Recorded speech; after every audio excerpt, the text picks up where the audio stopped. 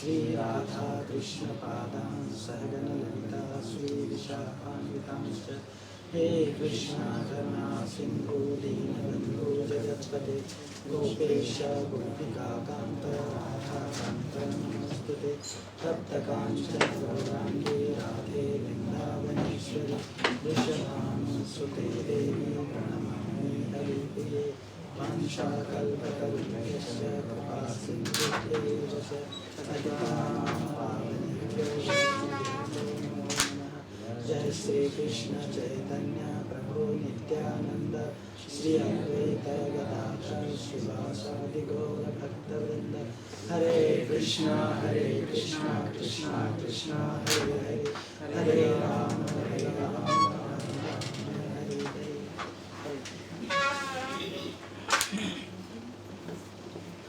तो पांचवा अध्याय हम लोग डिस्कस कर रहे हैं। मुझे खेद है कि ये चैप्टर बहुत लंबा तक खींच गया है। ज़्यादा समय 2 हफ्ता हम लोग नहीं रहे, तो ऑलमोस्ट 15-20 डेज चला गया है ना। और शायद इसके बाद भी थोड़ा और डिले होने की संभावना है। तो हम लोग थोड़ा भी फास्ट जाने की कोशिश करेंगे। आज 5वां अध्याय खत्म करेंगे। तो 1 से लेकर के 6 श्लोक तक सांख्य योग तथा कर्मयोग की एकता का प्रतिपादन और कर्मयोग की प्रशंसा की गई थी। 7 से लेकर के 12 में सांख्य योग और कर्मयोग के साधन का प्रकार डिस्कस किया गया था। हरे कृष्ण। अभी जब क्लास चालू हो जाता तो शांति बनाए। और 13 से लेकर के 16 तक प्रकृति, जीव और ईश्वर का कर्ता, विभिन्न प्रकार से कर्ता होने का प्रतिपादन किया गया था। यहाँ तक हम लोगों ने डिस्कस कर लिया है। और आज अंतिम सेक्शन ध्यान योग और भक्ति योग के विषय का वर्णन यहाँ पे किया जाएगा। तो ये विषय क्या है हम लोग डिस्कस करेंगे कि इन सब श्लोकों में भगवान ने क्या क्या डिस्कस किया, क्या क्या बताया है। ये जो स्लाइड है इस पे आप देख सकते हैं। श्लोक 17 में सर्वत्र परमात्मा तत्व का अनुभव का उपाय बताया गया है कि किस तरह से सब जगह परमात्मा का अनुभव किया जा सकता है। 18वें में व्यवहार काल में महापुरुष का ज्ञान कैसा होता है, मतलब प्रैक्टिकल नॉलेज, प्रैक्टिकल स्तर पे, व्यवहार के स्तर पे महापुरुष जो होता है वो किस तरह से आचरण करता है उसकी बात है। उसके बाद में 29 में कृष्ण भावनामृत ज्ञान की महिमा बताई गई है। 20 में कृष्ण भावनामृत ज्ञान की प्राप्ति और उसके लक्षण की चर्चा की गई कि कैसे कृष्ण भावनामृत ज्ञान प्राप्त किया जाए। 21 में ब्रह्म में अपनी स्वाभाविक स्थिति का विवेचन किया गया है। और 22 में विषयों से विरक्ति पाने का विवेचन किया गया है कि किस तरह से हम विषयों से मुक्ति पा सकते हैं। 23 में योगी और सुखी व्यक्ति का वर्णन किया गया है। 24-25 में सांख्य योग के साधकों द्वारा ब्रह्म प्राप्ति की चर्चा की गई है। भगवान ने स्टार्ट किया था ना चैप्टर सांख्य योगा पृथक बाला प्रबद्धन्ति न विपश्चित है। बुद्धिमान लोग नहीं बताते कि सांख्य योग, लेकिन सांख्य और योग में भिन्नता क्या है, प्रोसेस की भिन्नता है ना। तो जो सांख्य योग के द्वारा ब्रह्म की प्राप्ति करना चाहते हैं और उसके बाद में ब्रह्म निर्वाण प्राप्त सांख्य योगी का अनुभव का वर्णन किया गया है। फिर ज्ञान योगी और कर्म योगी द्वारा प्राप्त तत्व ध्यान योगी कैसे प्राप्त कर सकता है इसका वर्णन है। और अंत में सर्व कल्याणकारी कृष्ण भावनामृत का वर्णन किया गया है। तो इन सब विषयों को हम लोग सिलसिलेवार रूप से डिस्कशन करने की कोशिश करेंगे, जानने का प्रयास करेंगे कि कैसे इनको डिस्कस किया गया है। तो 17 में भगवान ने क्या डिस्कस किया है। 17 में भगवान डिस्कस करते तद बुद्धयस्तद आत्मानं तन्निष्ठा तत्परायण गच्छन्ति अपनरावृत्तिं ज्ञान निर्भूत कल्मषा।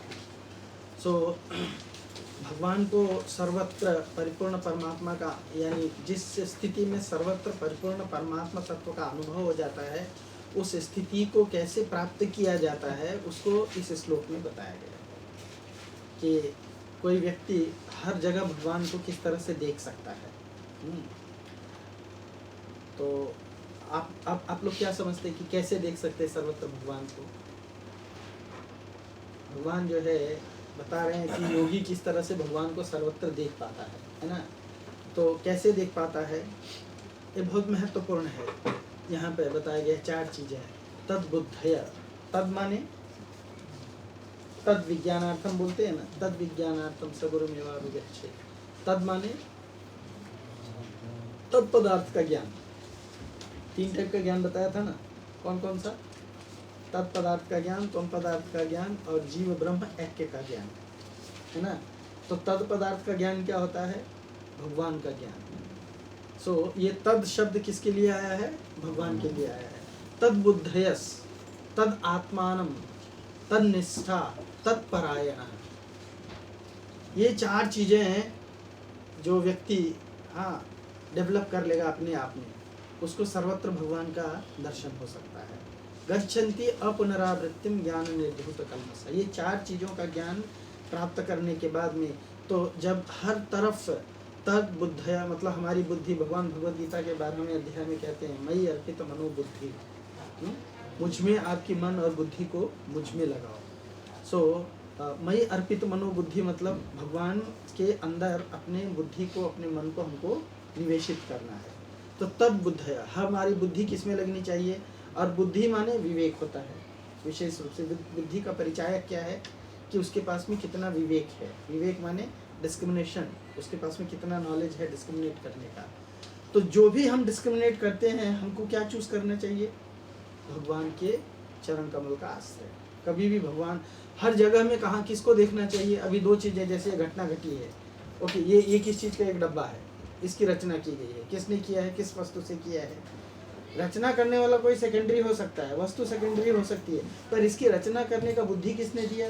भगवान ने, है ना। इसकी रचना करने के लिए जो वस्तु आवश्यक है वो कहाँ से मिली? प्रकृति से। प्रकृति को किसने बनाया? भगवान ने बनाया। तो हर चीज में हम किसको देखते हैं? भगवान को देखते हैं, है ना।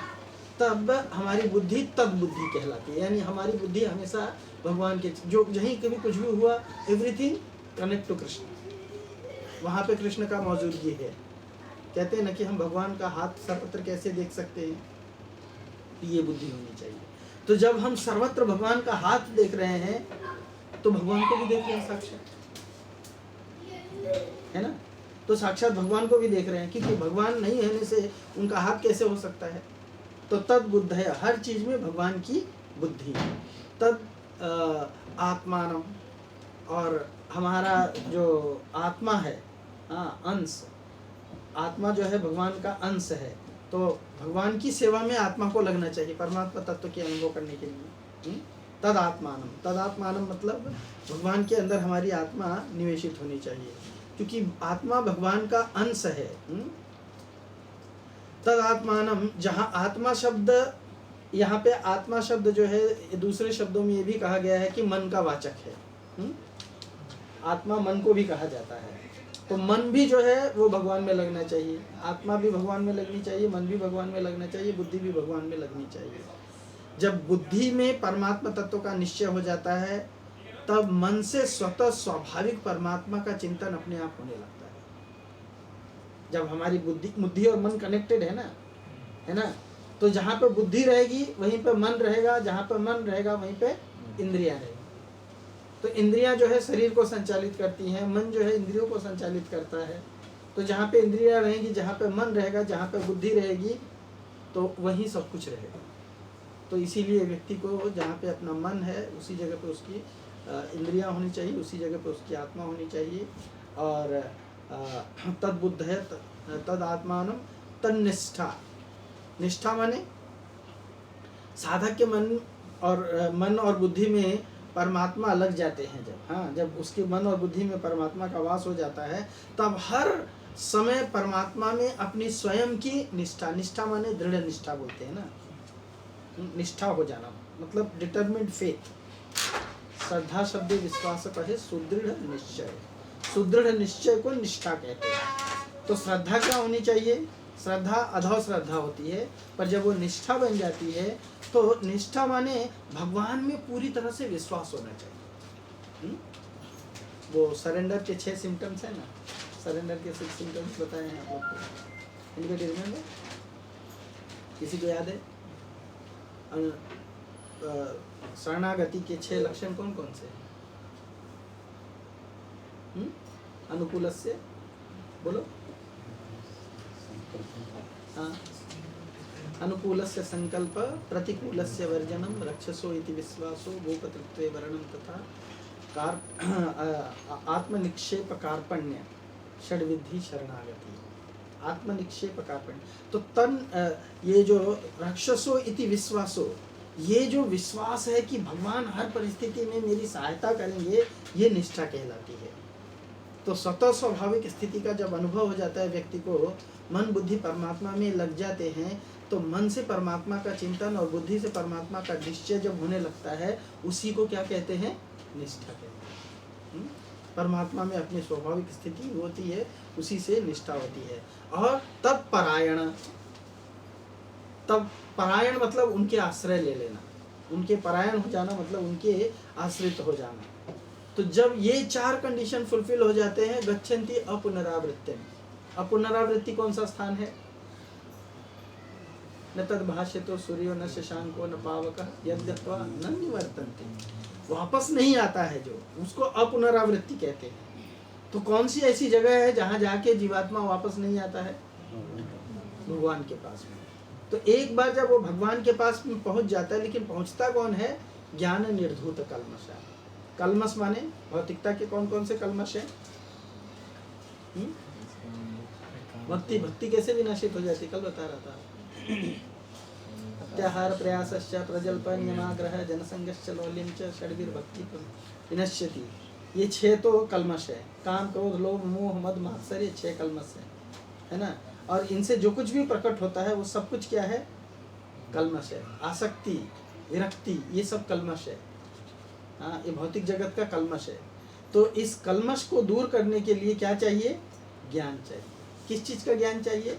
भगवान का, कृष्ण भावनामृत का ज्ञान चाहिए। तो जब व्यक्ति को तत्परायणता आ जाती है, परमात्मा से अलग अपनी सत्ता न रहना ही परमात्मा के परायण है। जब हम भगवान के आश्रय ले लिए, तो भगवान के आश्रय के सिवा इस जगत में और दूसरा कुछ भी नहीं है। ये क्या कहलाता है? तत्परायणता। और जब इस तरह की परायणता साधक के मन में आ जाती है, हाँ, परमात्मा में अपनी स्थिति का अनुभव करने से अपनी सत्ता परमात्मा की सत्ता में जब लीन हो जाती है, हमारा जो थॉट है, हमारा विचार है, हमारी इच्छा जो है, वो सब कुछ भगवान के कॉन्सेंट्रिक हो जाती है।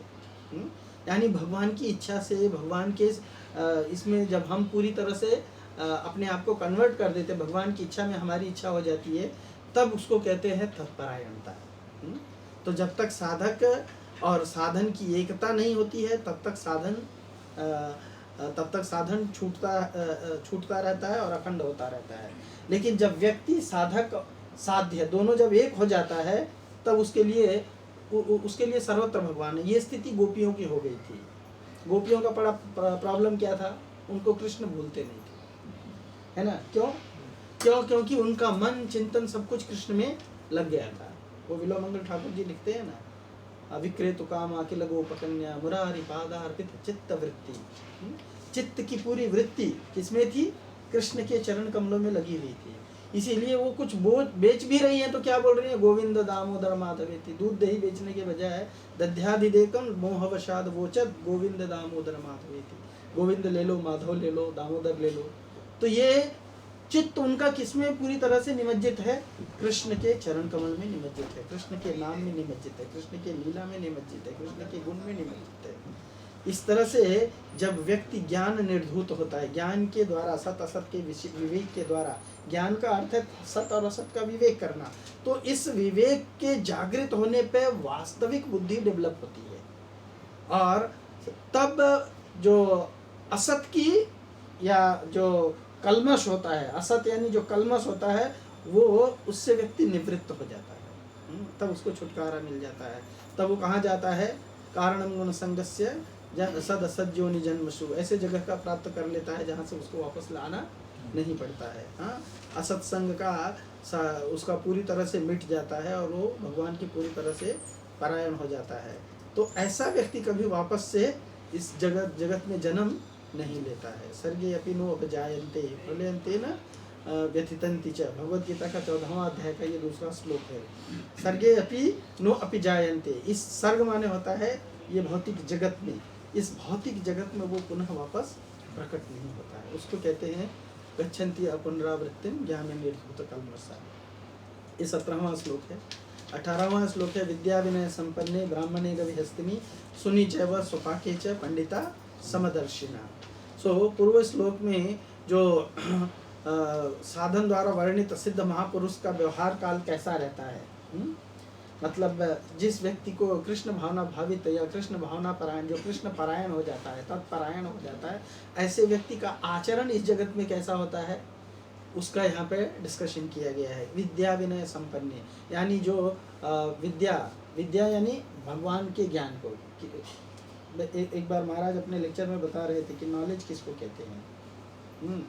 सो नॉलेज यानी ये शब्द होता है एजुकेशन, एजुकेशन बोलते हैं ना, तो एजुकेशन शब्द जो है वो रूट शब्द उसका एक लैटिन वर्ड है, उसका नाम है एडुकारी, EDUCARI, एडुकारी। एडुकारी का मतलब होता है that which comes from with in, जो अंतर से आता है वो एजुकेशन कहलाता है। और हम लोगों की यहाँ पे जो जगत में हम जिसको एजुकेशन की पद्धति कहते हैं, वो सारा ज्ञान कहाँ से आता है, बाहर से आता है, अंतर से कुछ नहीं पढ़ाया जाता। हम जो कुछ भी सीखते हैं हमारे स्कूल में कॉलेज में जाकर के, वो सारा ज्ञान बाहर का ज्ञान आता है, तो that is not education, that is not knowledge. So real ज्ञान क्या है, रियल ज्ञान है जो अंतरात्मा से। अंतरात्मा से किसका ज्ञान आएगा, आत्मा का ज्ञान जो है, आत्मा का ज्ञान तभी हो सकता है जब परमात्मा का ज्ञान होगा, कृष्ण का ज्ञान होगा, है ना। सो विद्या से जो संपन्न होता है, जिसको अंतरात्मा से कृष्ण का ज्ञान हो जाता है, सो ऐसा व्यक्ति इस जगत में अनेक प्रकार की विविधता होते हुए भी, जगत में बहुत विविधता है ना। अब यहाँ पे क्या बता रहे हैं, एक व्यक्ति ब्राह्मण है, एक गाय है, एक हाथी है, एक कुत्ता है ना, एक कुत्ता खाने वाला चांडाल है, और एक पंडित है कि नहीं। एक्सटर्नल तौर पे देखा जाए तो सब विविध है। हाथी और कुत्ता एक जैसा है क्या, नहीं है, है ना। दोनों के लक्षण अलग अलग हैं, पर दोनों में कॉमन क्या है, आत्मा कॉमन है। समझ में आया ना। उनका शरीर जो है वो भले पंचतत्व तो कॉमन है, लेकिन शरीर का विचार, शरीर का साइज अलग है, उसकी रचना अलग है, उसके मन की स्थिति अलग है, उसका व्यवहार अलग है, सब कुछ अलग, उसका भोजन पानी सब कुछ अलग है ना। लेकिन कॉमन क्या है, आत्मा है। तो आत्मा एक ही जब है, फिर उसको भिन्न भिन्न शरीर कैसे मिले, उसके पूर्व कर्मों के कारण। तो पूर्व कर्मों के कारण भले भिन्न भिन्न शरीर मिले, कोई काला टी शर्ट पहन के आए, कोई लाल शेरवानी पहन करके आए, है ना, कोई धोती कुर्ता पहन करके आए, कोई कोट पैंट पहन करके आए, तो क्या व्यक्ति बदल गया है? तो उसका ऊपर का एक्सटर्नल अलग हो सकता है ना, लेकिन वो शरीर तो एक ही है, मनुष्य का शरीर है। उसी तरह से आत्मा है, ऊपर का शरीर चाहे भिन्न भिन्न भले ही क्यों ना हो, तो उसको उस दृष्टिकोण से देखता है, उसको पंडित कहते हैं। पंडित के बारे में बताया था ना आप लोग को, you remember, please tell me. भेद करने के, सत असत का जिसमें भेद होता है वो पंडित कहलाता है ना। तो जो सत और असत का जानकार होता है, वो बाहर का एक्सटर्नल होते हुए भी स्वपाके सुनी चैव स्वपाके च पंडिता समदर्शी, समदर्शी होता है, सबको समान दृष्टि से देखने वाला, मतलब सबको एक स्टैंडर्ड से देखता है, यानी आत्मा के दृष्टिकोण से देखने वाला होता है। और तो उसका आचरण हर के प्रति क्या रहता है, हाँ, उसको मालूम है भगवान ने इस आत्मा को ये शरीर दिया है, मतलब ये आत्मा ये शरीर के द्वारा अपने पूर्व कर्म को काट रहा है भोग करके, है ना। तो उसको हेल्प हिम टू, उसका जो कर्मा है पूर्व कर्मा, जिसके कारण उसको ये शरीर मिला है, तो उसको भोग करके काटने दो। If I can help this person, help him, है ना। मैं अगर उसकी मदद कर सकता हूँ ठीक से तो मदद करूँ, नहीं तो अगर मैं उसके शरीर को काट के और खुद अपना भोजन बना लेता हूँ, तो फिर मैं क्या कर रहा हूँ उसके साथ, उसको जो उसका कर्म भोगने के लिए एक इंस्ट्रूमेंट दिया गया, उस इंस्ट्रूमेंट को नष्ट कर दे रहा हूँ। समझ में आया, जिसका मुझे अधिकार नहीं है, क्योंकि मैंने उसको वो शरीर नहीं दिया है, पर मैं उसके कार्य में बाधा पड़ रहा हूँ। वो बाधा पड़ने के कारण मुझे भी पाप कर्म लगेगा, और उसको भी फिर से अपना काम पूरा कंप्लीट करने के लिए दोबारा वही शरीर धारण करना पड़ेगा। तो उसको जो उसका कर्म काटने की अवधि है वो बढ़ गई। You understand this point? हाँ, तो इसीलिए हमको किसी के शरीर को देख करके शरीर के आधार पर भेद नहीं करना चाहिए। ये 18वें श्लोक में बताने के बाद में 19वें श्लोक में भगवान पूर्व श्लोक में वर्णित समता की महिमा यानी कृष्ण भावना भावित बुद्धि जो होती है उसकी महिमा क्या होती है उसके बारे में बताया है। इसके बारे में मैंने कल बताया था, यू रिमेम्बर? इसके बारे में मैंने कल बताया था। यह तय जितः सर्गो येषां स्थितः येषां साम्ये स्थितं मनः निर्दोषं हि समं ब्रह्म तस्मात् ब्रह्मणि ते स्थितः। याद भी है ये बोला था? बोलो। स्टार्टिंग में कुछ याद नहीं है। सो जो व्यक्ति कृष्ण भावना भावे, देखो एक बात और मैं बता दूं, पिछले श्लोक में मतलब मैं इतना नोट्स तो नहीं बना पाया हूं आप लोग को देने के लिए, लेकिन पॉइंट ये ध्यान रखो, ये जो समदर्शिता का भाव है, पंडिता समदर्शिना, समदर्शी व्यक्ति कौन से स्टेज पे हो सकता है? हाँ?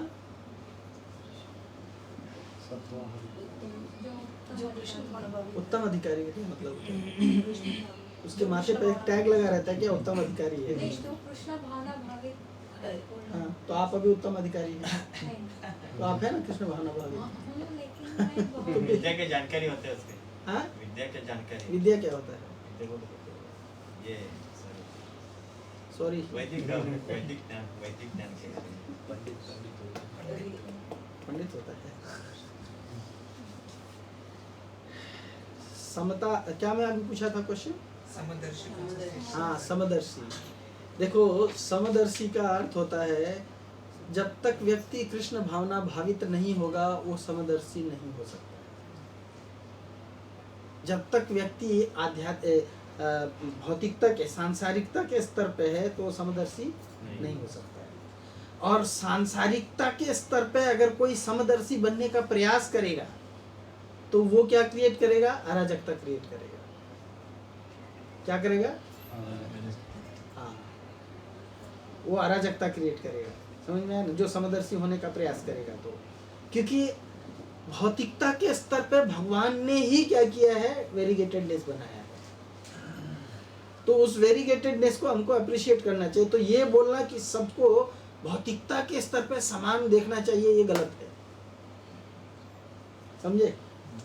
केवल अध्यात्म के स्तर पे सबको समान दृष्टि से देखा जा सकता है।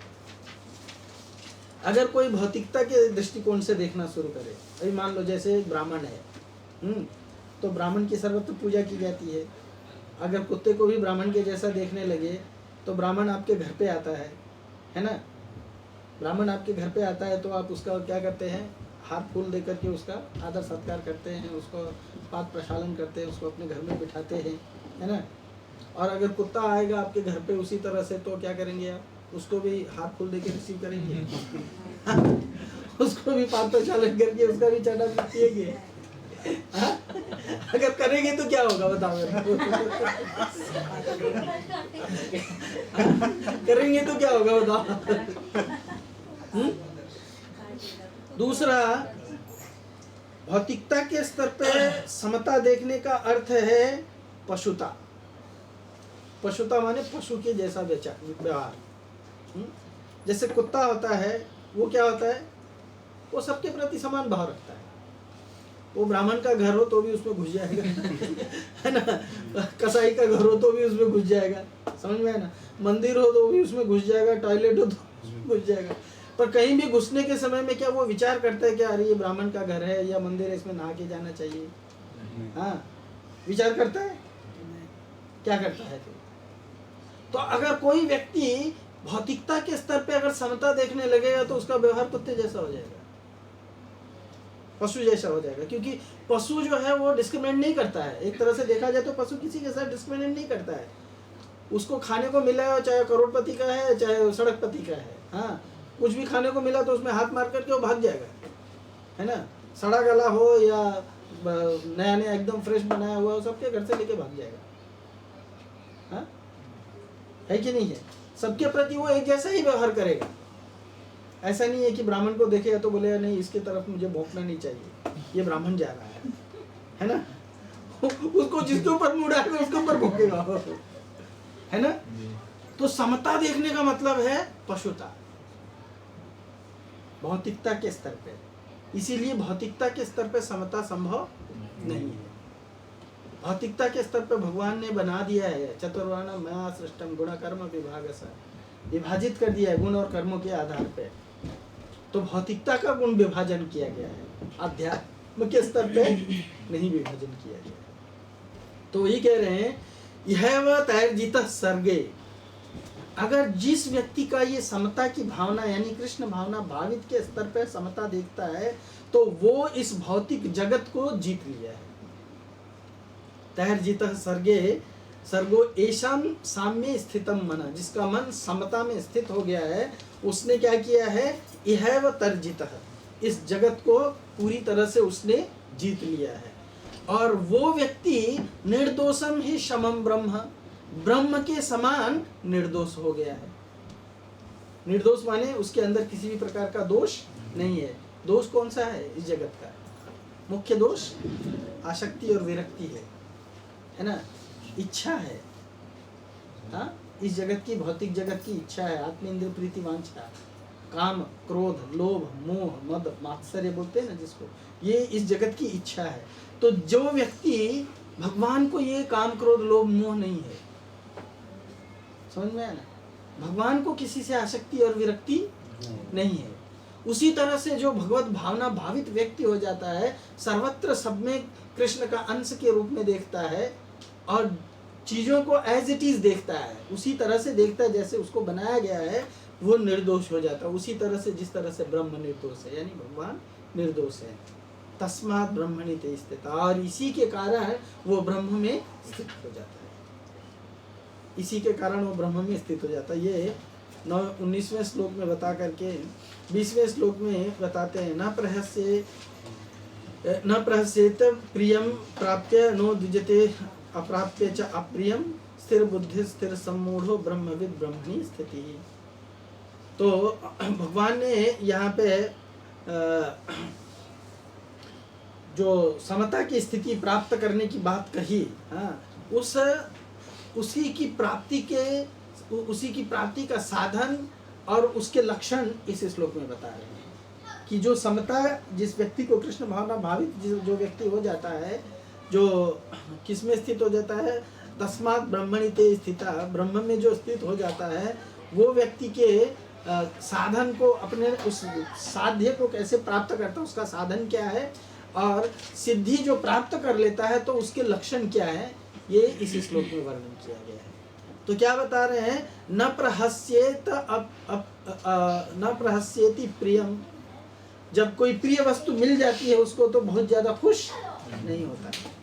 जो प्रिय को प्राप्त होकर के हर्षित न हो और अप्रिय को प्राप्त होकर उद्विग्न न हो। हाँ, प्रियम प्राप्यम नो द्विजते अप्राप्य च अप्रियम, लेकिन जो चीज अप्रिय है वो मिल जाने पर अगर दुख हो जाता है, कोई चीज नहीं चाहिए अगर मिल गया। इसीलिए गौरव प्रभु एक बार बता रहे थे कि संसार में सुख और दुख क्या है, बताओ।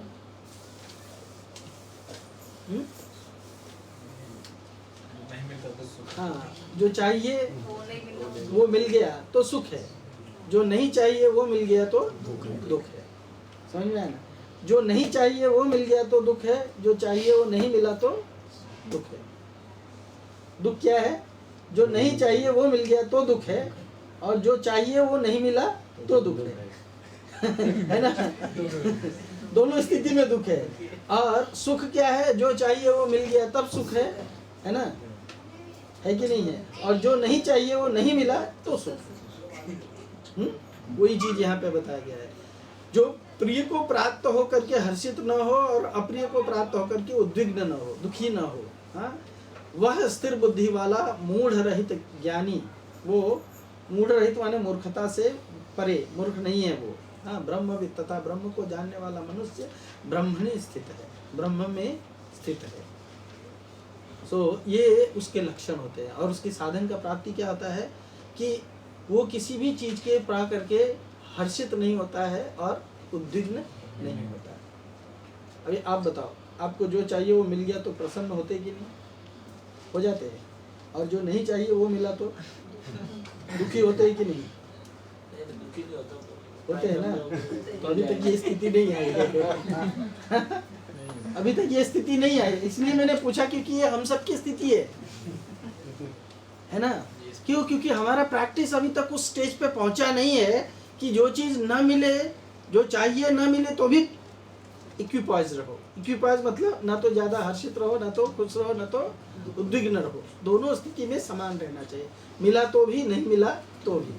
वो जो भिखारी लोग स्लोगन बोलते हैं ना, दिया उसका भी भला उसका भी भला।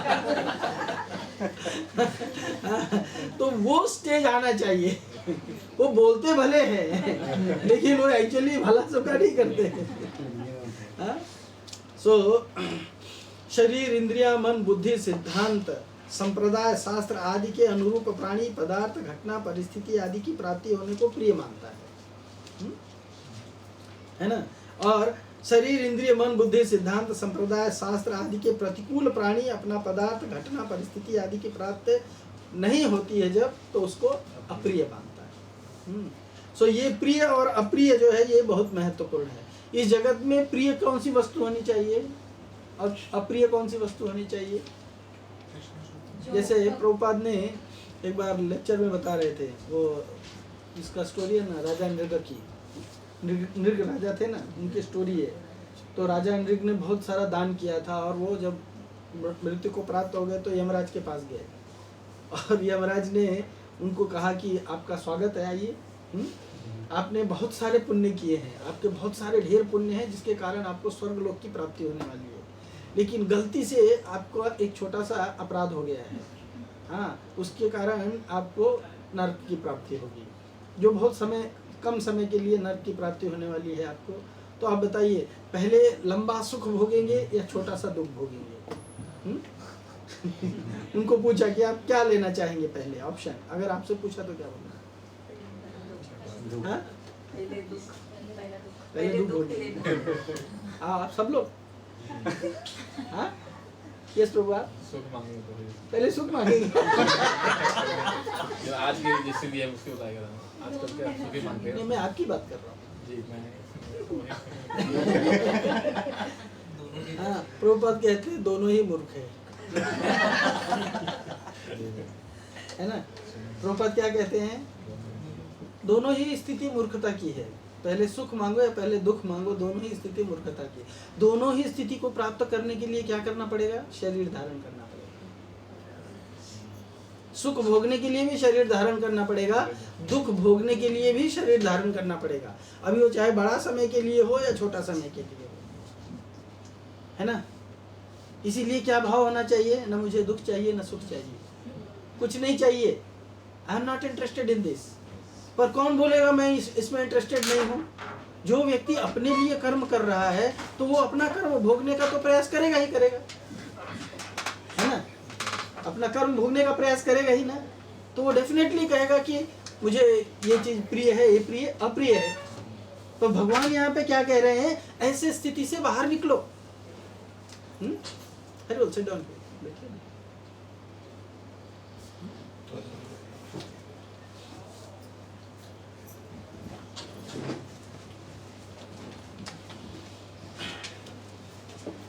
सो ये दोनों ही स्थिति क्या है?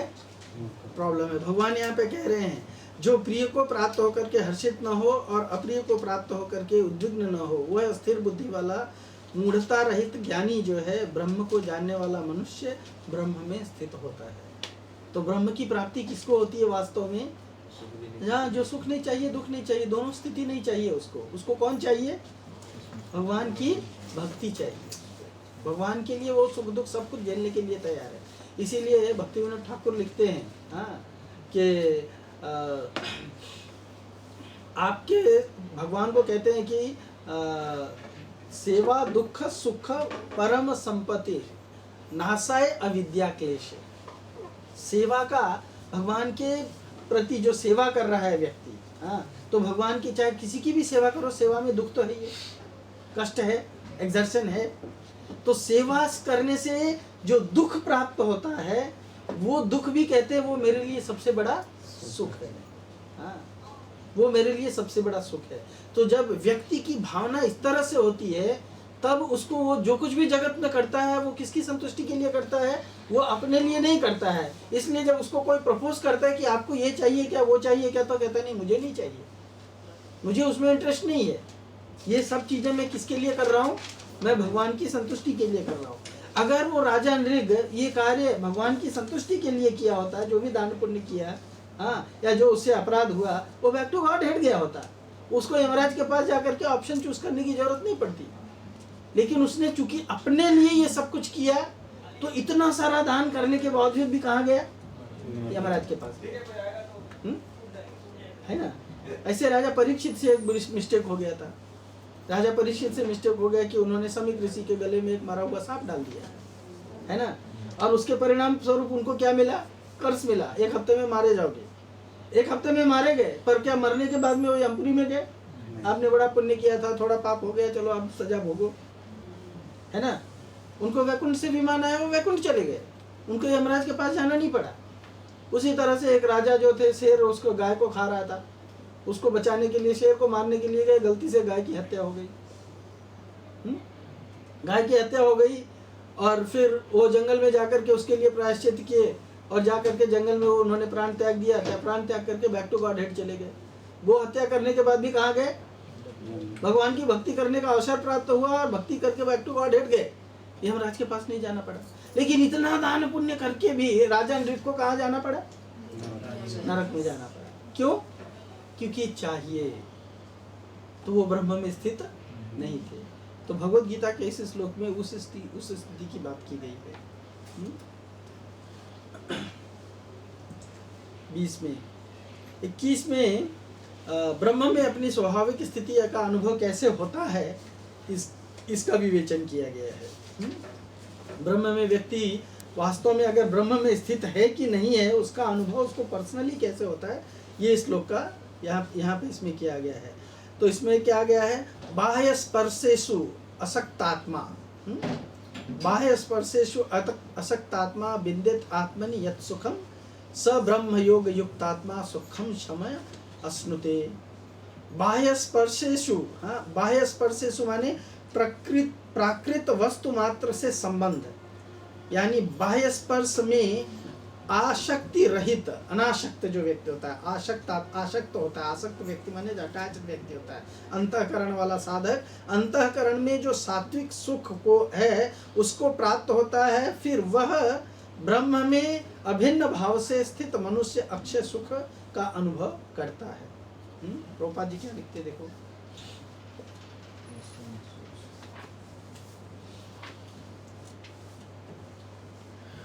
कौन सा 21। प्रभुपाद जी लिखते हैं देखो, ऐसा मुक्त पुरुष भौतिक इंद्रिय सुख की ओर आकृष्ट नहीं होता, अपितु तो सदैव समाधि में रहकर अपने निरंतर अंतर में आनंद का अनुभव करता है। इस प्रकार स्वरूप सिद्ध व्यक्ति पर ब्रह्म में एकाग्रचित्त होने के कारण असीम सुख भोगता है। और उसको ये भौतिक जगत का जो सुख है वो कैसे लगता है, उसको भौतिक जगत के सुख में, क्योंकि वो आत्मनि बाह्य स्पर्शेषु असक्त आत्मा, हाँ, अशक्त आत्मा,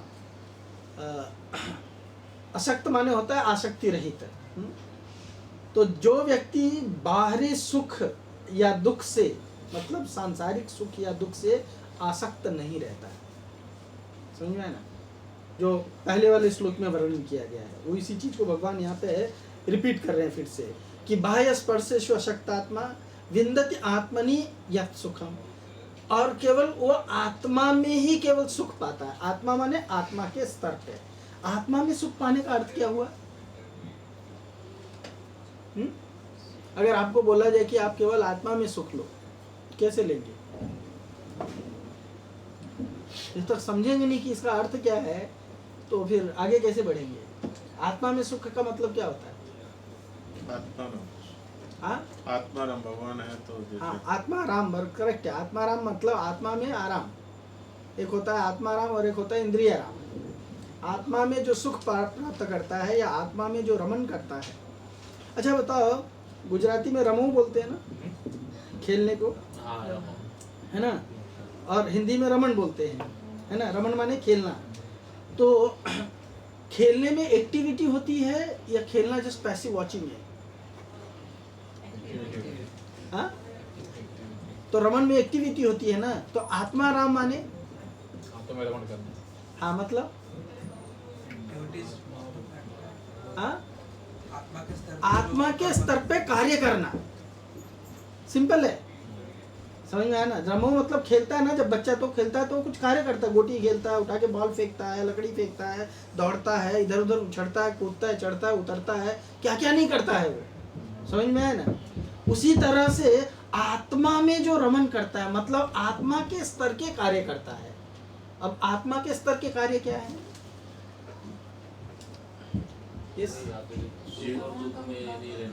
हाँ, और दूसरा अपना आइडेंटिफाई। अरे आत्मा के स्तर का कार्य मतलब आत्मा के स्तर का कार्य, आत्मा का कार्य क्या है? भगवान की सेवा करना है ना। भगवान की सेवा करना आत्मा के स्तर का कार्य है, करेक्ट है। तो जब व्यक्ति भगवान की सेवा में स्थिर रहता है तब वो आत्माराम कहलाता है। पॉइंट समझ में आया? हाँ? जब भगवान की सेवा का कार्य व्यक्ति करता रहता है 24 घंटे, तब उसको कहते हैं कि वो आत्माराम है। अगर वो भगवान की सेवा के कार्य नहीं करता है तो किसकी सेवा के लिए कार्य करता है? कार्य तो करता है, इंद्रिय की सेवा के लिए कार्य करता है, माया का भी नहीं, इंद्रिय का, है ना। माया तो उसको नचाती है। किसकी सेवा का कार्य करता है? इंद्रियों की सेवा का कार्य करता है, इसीलिए उसको इंद्रियाराम बोलते हैं। वो अपनी इंद्रियों में रमन करता है, इंद्रियों को सुख देने के प्रयास में यहाँ से वहां भटकता रहता है। जैसे उसकी इंद्रियां उसको नचाती है उस तरह से वो नाचता रहता है, इसीलिए उसको इंद्रियाराम कहते हैं। सो यहाँ का भगवान कहते हैं विंदति आत्मनि यत् सुखम, जो आत्मा में ही विंदति क्या कहते हैं उसको, आनंद प्राप्त करता है। हाँ, विंदति मतलब आनंद प्राप्त करना। तो आत्मा के कार्य करने में जिसको आनंद प्राप्त होता है और वही उसके लिए जब सुख है, स ब्रह्म योग युक्त आत्मा। तो आत्मा के स्तर का जो व्यक्ति काम करता है डेफिनेटली वो ब्रह्म से युक्त हो जाता है, योग ब्रह्म योग हो जाता है, ब्रह्म से कनेक्ट होता है। योग माने कनेक्ट, है ना। ब्रह्म से वो निश्चित रूप से, भगवान से वो निश्चित रूप से कनेक्ट हो जाता है। क्यों? क्योंकि आत्मा के स्तर पर रह करके केवल वो भगवत भक्ति के ही कार्य करता है, भगवान को संतुष्ट लगे ऐसा ही कार्य वो करता है। तो ब्रह्म योग युक्त आत्मा सुखम अक्षयम अश्नुते, उसको अक्षय सुख प्राप्त होता है। अक्षय सुख माने उसको कभी भी सुख की कमी नहीं होगी। तो आत्मा का स्वरूप भी क्या है? आत्मा का स्वरूप भी क्या है? वो तो ठीक है, आत्मा का स्वरूप पूछ रहा हूँ। सच्चिदानंद। हाँ, सच्चिदानंद, इसका अर्थ क्या हुआ? सच्चिदानंद। सच्चिदानंद का अर्थ क्या हुआ?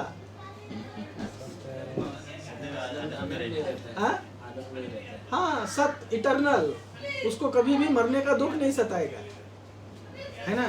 लेकिन जिस व्यक्ति को ये पता नहीं है कि मैं सच्चिदानंद हूँ और उसका शरीर बूढ़ा होने लगा और डॉक्टर ने डिक्लेयर कर दिया कि अब तुमको कैंसर हो गया, ज़्यादा से ज़्यादा 1 महीना 2 महीने जियोगे, तो उसका हालत क्या हो जाता है?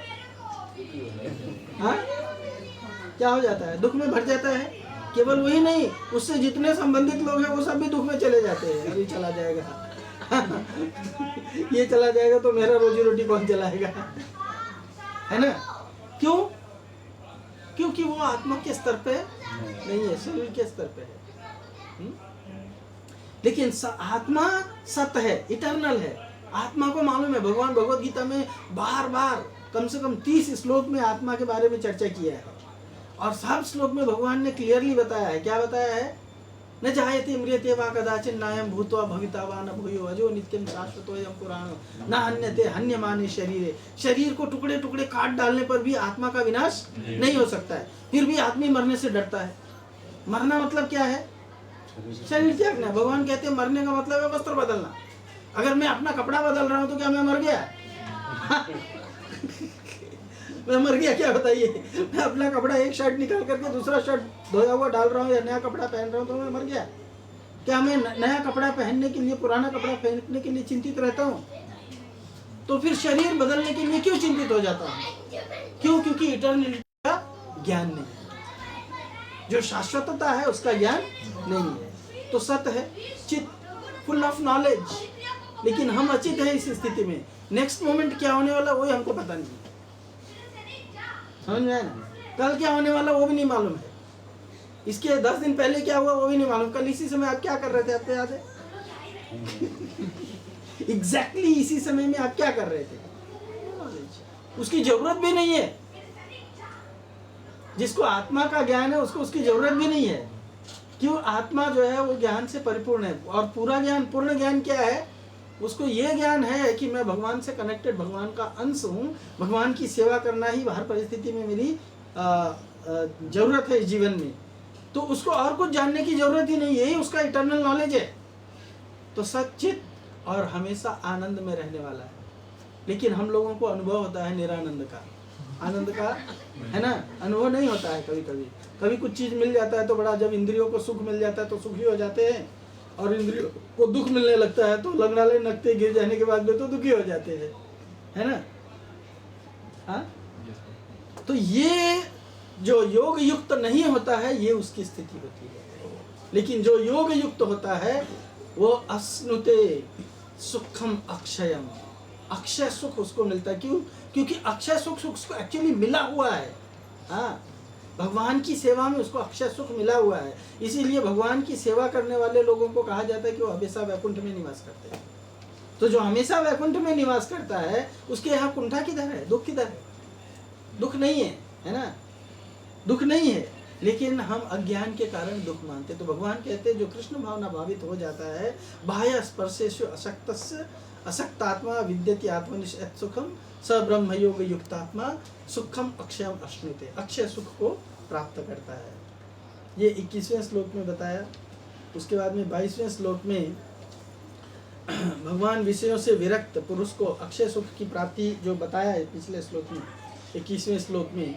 अब विषयों से विरक्ति, तो जो अक्षय सुख प्राप्त कर लेता है कृष्ण भावनामृत का, वो व्यक्ति इस जगत के विषय के जो सुख है उससे कैसे मुक्त होता है, इसको इस श्लोक में बताते हैं। ये ही संस्पर्श जा भोगा दुख योन एवते आद्यंतवंत कौन्तेय नते सूरमते बुधा।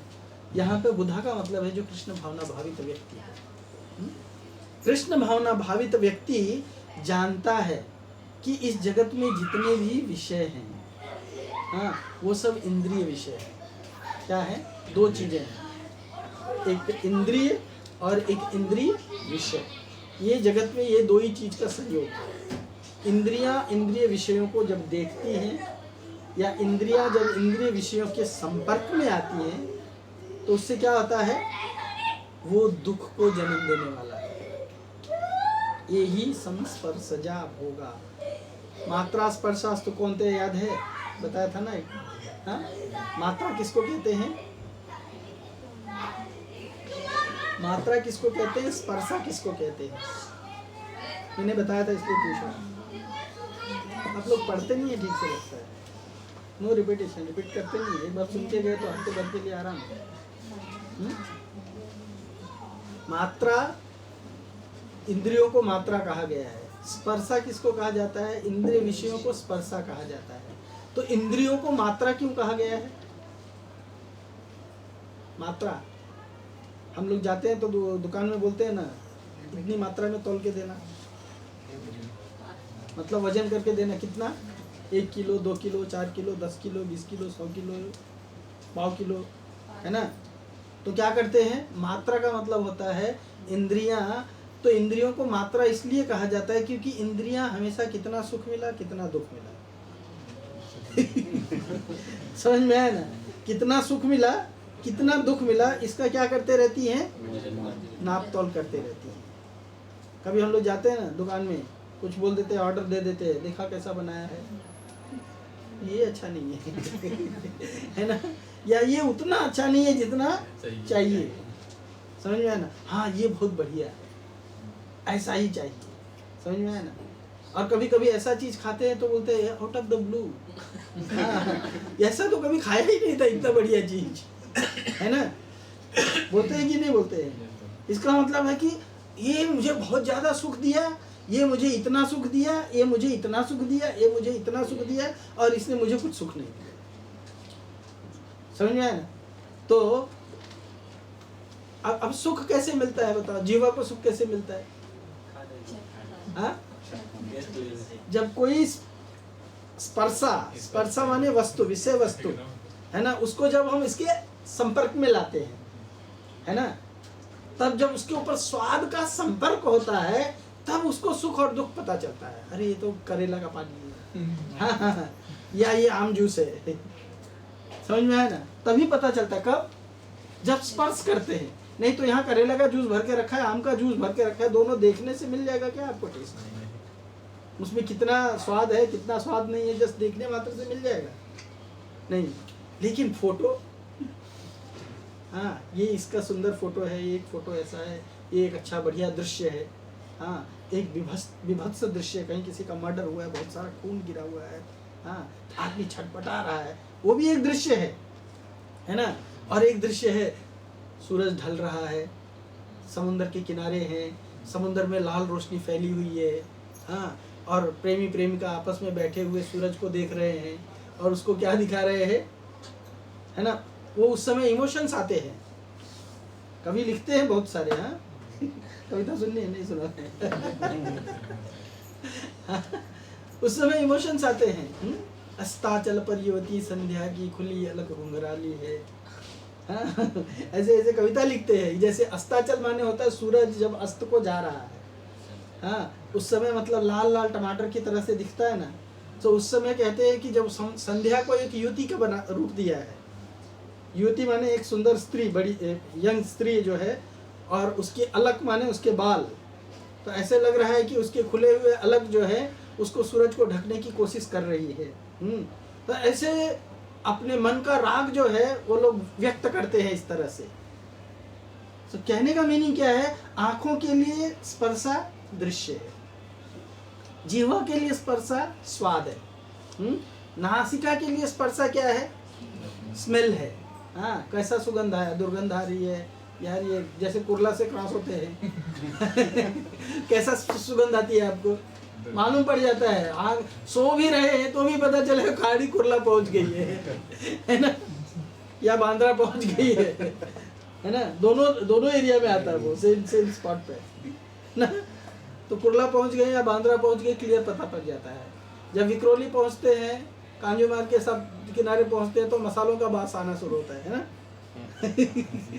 हाँ, क्योंकि उसके साइड में मसाले कूटने वाले कंपनीज है, तो मसालों का स्मेल आने लगता है, तो पता चल जाता है हाँ विक्रोली और कांजूमार्ग के बीच में आ गए। सो नासिका के लिए स्मेल जो है वो उसका विषय वस्तु है, वो उसका स्पर्शा है। टच के लिए क्या है? टच के लिए दूसरा वस्तु का टच है, वो उसका स्पर्शा है। सो जब इंद्रिय और इंद्रिय विषय एक दूसरे के संपर्क में आते हैं, उसी से क्या होता है? पहले तो सुख आता है, बाद में उसी से वही दुख का कारण बनता है मुख्य रूप से। समझ में आया ना? और उसी को इकोनॉमिक्स में क्या बोलते हैं? पढ़ा है ना तुम, कॉमर्स पढ़ा है ना, बोलो क्या बोलते हैं? लॉ ऑफ डिमिनिशिंग रिटर्न्स बोलते हैं। क्या बोलते हैं? सुना है कि नहीं पहले? Marshals law of diminishing returns कितने लोगों ने पढ़ा है? नहीं पढ़ा है कोई? आपने किया है ना, एमए किया है ना? एमएससी किया है। अच्छा, तो लॉ ऑफ डिमिनिशिंग रिटर्न्स नहीं पढ़ा है। लॉ ऑफ डिमिनिशिंग रिटर्न्स क्या है कि हमको किसी चीज़ की आवश्यकता है, वो वस्तु मिल गई तो पहली यूनिट जब मिलती है तो उससे जो सुख मिलता है वो बहुत ज़्यादा होता है, पर उसके जो सक्सेसिव यूनिट उसी को मिलता जाता है तो सुख की कमी जो है, जैसे यूनिट बढ़ता जाता है सुख कॉम्प्रेस होता जाता है, और जब लास्ट यूनिट मिलने लगेगा तो सुख जीरो हो जाएगा। मतलब एक उदाहरण देता हूँ, आपको रसगुल्ला खाने की बहुत इच्छा है, एक रसगुल्ला मिला, उसको खाने से कितना सुख होता है? हाँ, बहुत अच्छा लगता है ना। और दूसरा खाया तो थोड़ा अच्छा लगेगा, लेकिन थोड़ा सा पहले वाले से जितना सुख मिला उतना नहीं मिलेगा। तो ऐसे 100 रसगुल्ला खा लिया 100 रसगुल्ला 200 रसगुल्ला खा लिया, उसके बाद में बोलेंगे और एक खाओ, तो क्यों नहीं चाहिए भाई? अगर रसगुल्ला ही सुख का कारण है ना, तो वो लास्ट रसगुल्ला भी आपको सुख देना चाहिए ना, पर वो क्या देने लगा अंत में? दुख। तो हमको जो लगता है कि स्टार्टिंग में सुख देने वाला वस्तु है, वो एक्चुअली सुख देने वाला नहीं है। इसीलिए भगवान यहाँ पे क्या कह रहे हैं? दुख योना, उससे केवल दुख जन्म लेता है। उससे क्या जन्म लेता है? दुख जन्म लेता है। इसीलिए मात्रा स्पर्शा, हाँ, यही संस्पर्शजा भोगा दुख योना एवते। इसलिए जो बुद्धिमान व्यक्ति होता है जानता है आदि से अंत तक, आद्य अंतवंत, जानता है कि हर चीज का एक स्टार्टिंग है। रसगुल्ला खाना जो है वो एक स्टार्टिंग हुआ, पर उसका एक एंड आने वाला है कि नहीं? जवानी आती है तो बहुत आनंद आता है, पर वो जवानी का धीरे धीरे बुढ़ापा में कन्वर्शन शुरू हो जाता है। तो जब बुढ़ापा आता है तो आनंद देता है? नहीं देता है ना? विवाह करके लेके आते हैं है ना? कुछ तो लोग ने बहुत सारे जोक्स भी लिखे, मैं जोक्स नहीं बता हाँ? शादी से पहले वो क्या रहते हैं उसके बारे में कुछ स्टेटमेंट मारा है। फिर शादी हो जाने के बाद में क्या होते हैं, फिर शादी हो जाके 1-2-4 महीना हो जाता है तो फिर क्या हो जाते हैं। फिर जिससे इतना आकर्षण रहता है उसी को लगता है छोड़ दे मेरा पीछा, है ना? है कि नहीं है? सो आदि एक है और उसका अंत निश्चित है। तो जिस चीज का स्टार्टिंग है और उसका अंत निश्चित है वो वस्तु निश्चित रूप से दुख देने वाली है। सो आद्यंतवंत कौन्तेय नति शूरमते बुधा। जो बुद्धिमान व्यक्ति होता है, जो कृष्ण भावना भावित व्यक्ति होता है, ऐसे चीजों में वो इंटरेस्ट नहीं लेता है। उसका ये लक्षण बताया गया है। और जब उसको ये बुद्धि आ जाती है तब उसको विषय वस्तुओं से विरक्ति अपने आप आ जाती है। ये डिस्कशन इस श्लोक में किया है। 22वें में 23वें में भगवान ने बताया कि संयोग से, हाँ, जन्म सुख भोगने वाला है, दुखों से मतलब जब इंद्रिय और इंद्रिय विषयों का आपस में संपर्क होगा, संसर्ग होगा, तो उससे थोड़ा सा सुख निकलेगा लेकिन अंततः दुख निकलेगा। तो फिर सुख कहाँ से मिलेगा? ऐसा कोई चीज है क्या जहाँ पे केवल सुखी सुख हो? इसका उत्तर भगवान इसमें देते हैं, ये श्लोक में, कि कैसे सुखी कौन हो सकता है उसके बारे में बता रहे हैं। हाँ? शक्नोति है वह यह सोढ़ुम शरीर विमोक्षणान् काम क्रोधोद्भवं वेगम सयुक्त स सुखी नरः। क्या कहते हैं? शक्नोति। यहाँ पे देखो प्रभुपाद ने पढ़ा, जो तात्पर्य में दिया वो आप लोग ध्यान से पढ़ लेना, मैं उसके बारे में ज़्यादा नहीं बता रहा हूँ आपको। जैसे रमन्ते योगिनो नित्यम, मतलब योगी लोग किस में आनंद प्राप्त करते हैं, वो ये नीचे वाला श्लोक जो है उसके लिए भी वो फिट होता है। रमन्ते योगिनो नित्यम योगिनो अनंते सत्य आनंद चिदात्मनि इति राम पदे नासो परम ब्रह्म विधीयते। योगी जन परम सत्य में रमण करते हुए अत्यंत अनंत दिव्य सुख प्राप्त करते हैं, इसीलिए परम सत्य को ही राम कहा जाता है। और भगवान कहते हैं कि ये भौतिक जगत में जो देह प्राप्त हुआ है, नाहम देहो देह भाजाम लोके कष्टान कामान अर्हते विडभुजाम्यते तपो दिव्यम पुत्रकाय न सत्यम शुद्ध तस्मात् ब्रह्म सत्सम तो आनंदम। हे पुत्रों, इस मनुष्य योनि में इंद्रिय सुख के लिए अधिक श्रम करना व्यर्थ है। ऐसा सुख तो शुक्रों को भी प्राप्त है। इसकी अपेक्षा तुम्हें इस जीवन में तप करना चाहिए जिससे तुम्हारा जीवन पवित्र हो जाए और तुम असीम दिव्य सुख प्राप्त कर सको। अतः जो यथार्थ योगी या दिव्य ज्ञानी है वे दिव्य सुखों की आकृष्ट नहीं होते हैं, क्योंकि वे निरंतर भवरोग के कारण हैं। जो भौतिक सुख के प्रति जितना ही आसक्त होता है उसे उतने ही अधिक दुख दिलाते हैं। तो फिर कैसे मिलेगा मुक्ति?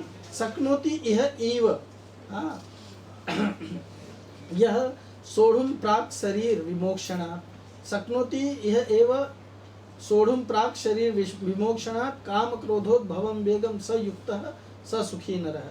यदि इस शरीर को त्यागने के पूर्व कोई मनुष्य इंद्रियों के वेग को सहन करने तथा इच्छा एवं क्रोध के वेग को रोकने में समर्थ होता है तो वह इस संसार में सुखी रह सकता है। 2 कंडीशन बताया है इस श्लोक में। कौन कौन सा? प्राक शरीर विमोक्षणात्। विमोक्षणात् मतलब मुक्त होने से, त्याग करके। प्राक शरीर पहले जो, यदि इस शरीर को त्यागने से पूर्व मनुष्य, यानी हमको ये जो शरीर मिला है, ये बोलते हैं ना डाई बिफोर यू डाई, एक बुक है ना उनका, किसका है? भक्ति तीर्थ महाराज का बुक है, die before you die. What does he mean? इसका मतलब क्या है? मरने से पहले मर जाओ। मतलब क्या है? मरने के बाद क्या होता है? सब कुछ छूट जाता है। मरने के बाद क्या होता है? जो भी कुछ कमाया दमाया बनाया है इस जगत में लेके जाएंगे। जितने भी बच्चे पैदा किए उसमें से एटलीस्ट एक को लेके जा। मेरे काम में आना तो लेके जा सकते हैं। जो रुपया कमाया उसमें से कुछ एक पैसा लेके जा सकते हैं। हाँ, घर में 10 गाड़ी है, एक स्कूटर ही लेके जा सकते हैं, एक साइकिल भी लेके जा सकते हैं, कुछ नहीं लेके जा सकते। मृत्यु हो गई शरीर से, जैसे हम ये शरीर त्याग के निकले सब कुछ छूट जाएगा, है ना। तो जो व्यक्ति इस शरीर में रहते हुए ही सब कुछ त्याग देता है, समझ में आया, उसको बोलते हैं डाई बिफोर डाई। सो भगवान यहाँ पे उसकी बात कर रहे हैं। हाँ, मनुष्य इस शरीर में शरीर छूटने से पहले ही काम क्रोध से उत्पन्न होने वाले वेग को सहन करने में समर्थ जब हो जाता है, अर्थात काम क्रोध इत्यादि के द्वारा जो वेग उत्पन्न होते हैं। इसीलिए पहला श्लोक है उपदेशामृत का, क्या है वो? वाचा वेगम। हाँ बोल, पूरा बोलो। वाचा वेगम मनसा क्रोध वेगम जीवः वेगम तदुपस वेगम एतान वेगानि विसर्य सर्वामपि मां पश्यन्। क्या मतलब है? इच्छा वेगम को सहन कर लेता है, उस संसार में तो क्या हो जाता है? संसार में वो हीरो बन जाता है है ना, गुरु बन जाता है, हैवी बन जाता है। सो इस जीवन में ही शरीर के अंदर ही रहते रहते ही अगर जो व्यक्ति सोच लेगा कि मेरे को 60 वर्ष में तो रिटायर होना ही है, अगर मैं नहीं रिटायर हुआ तो सरकार मेरे को रिटायर कर देगी, समझ में आया ना, उससे पहले मैं वॉलंटरी रिटायरमेंट लेके कुछ अच्छा काम करूँ, है ना, है कि नहीं है? लेकिन होता है क्या ये? रिटायरमेंट के बाद में भी लोग सोचते हैं कि और 2-4 साल मिल जाए एक्सटेंशन। एक्सटेंशन ढूंढते कि नहीं, है ना। क्यों? क्योंकि छूटता नहीं है। और बहुत सारे लोगों को मैंने देखा है सर, जब तक नौकरी में रहेंगे काफ़ी चौकस रहेंगे, चौकन्ना रहेंगे, हंसते खेलते सब मज़े करते रहेंगे, रिटायरमेंट के 1 साल के अंदर मर जाते हैं, 2 साल के अंदर मर जाते हैं। बहुत कम लोग जो होते हैं जो रिटायरमेंट के बाद में लंबा तमक जीते हैं। क्यों जी ऐसा प्रॉब्लम है? तो कुछ एक्टिव नहीं रहता है, उसको आसक्ति रहता है,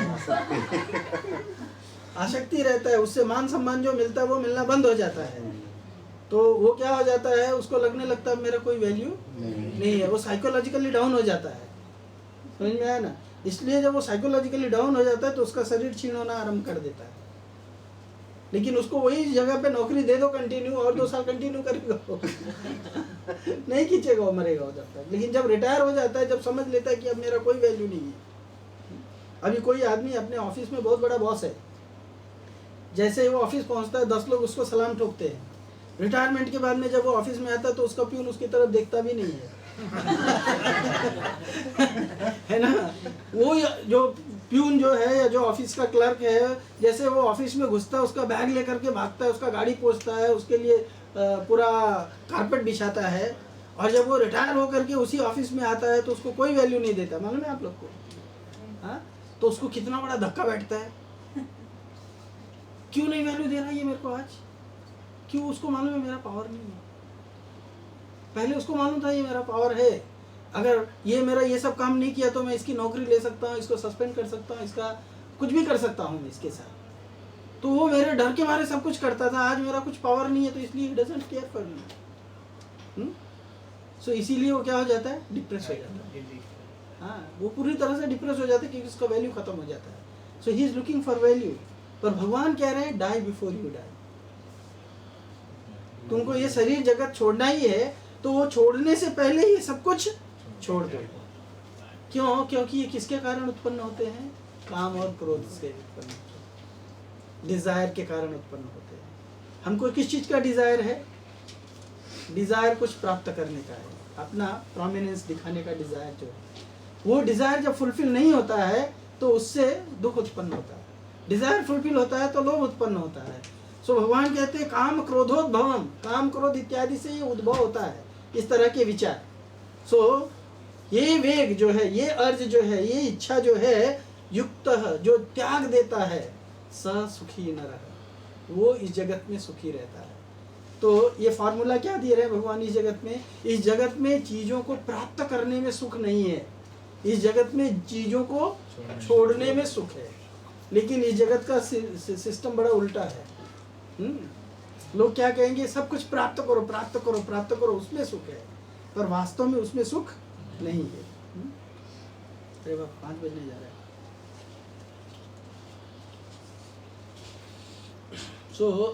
ऐसा व्यक्ति सुखी हो सकता है जो इस जगत से अनासक्त हो जाता है।